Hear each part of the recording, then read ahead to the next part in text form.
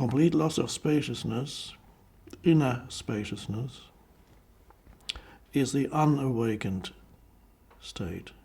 Complete loss of inner spaciousness, there's no awareness of anything in you except just complete identification with the stream of thinking that is mistaken for who you are.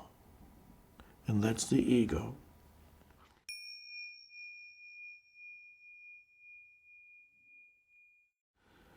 To mistake who you are, to confuse who you are with the incessant stream of thinking plus the emotions that accompany the incessant stream of thinking, that is what we call unconscious living. And that is what we call the ego being a sense of self, a sense of identity that is based on concepts and is based on concepts are thoughts, on thinking, and that kind of unconscious thinking is amplified by the emotions that are created by that unconscious thinking.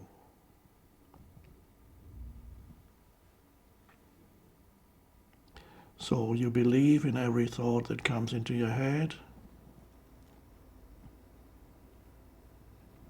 and the body reacts as if every thought were actually reality,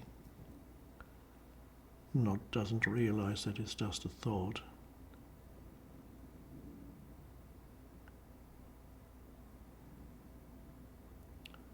He betrayed me. Oh, the thought comes in. You don't realize if there's no spaciousness. You don't realize that that little phrase is a story, and you choose to completely believe in it. And it's not a pleasant story. Something bad has happened to you is implied in it. And then you experience the emotion that is generated by the body when something bad has happened to you.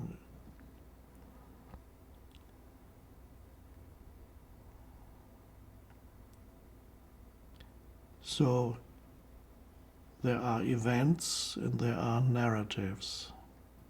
The events are neutral.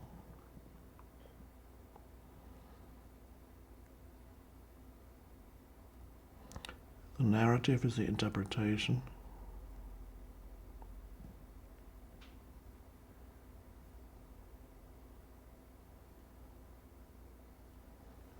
So as I speak, be aware that there is an undercurrent of spaciousness.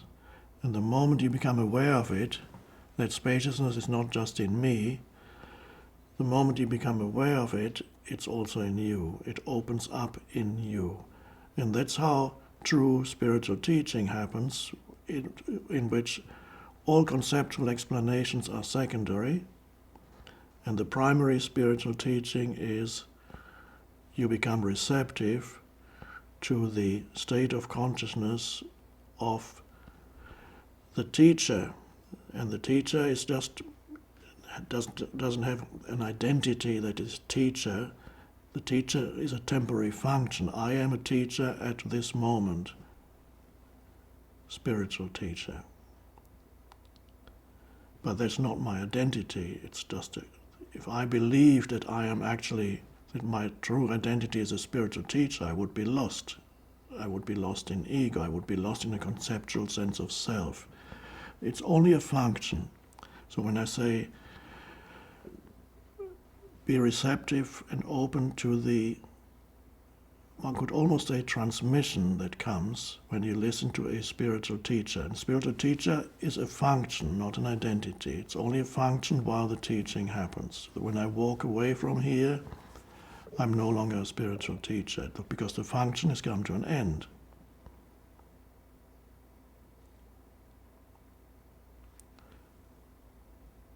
So the essential teaching is the teaching of the transcendent state of consciousness,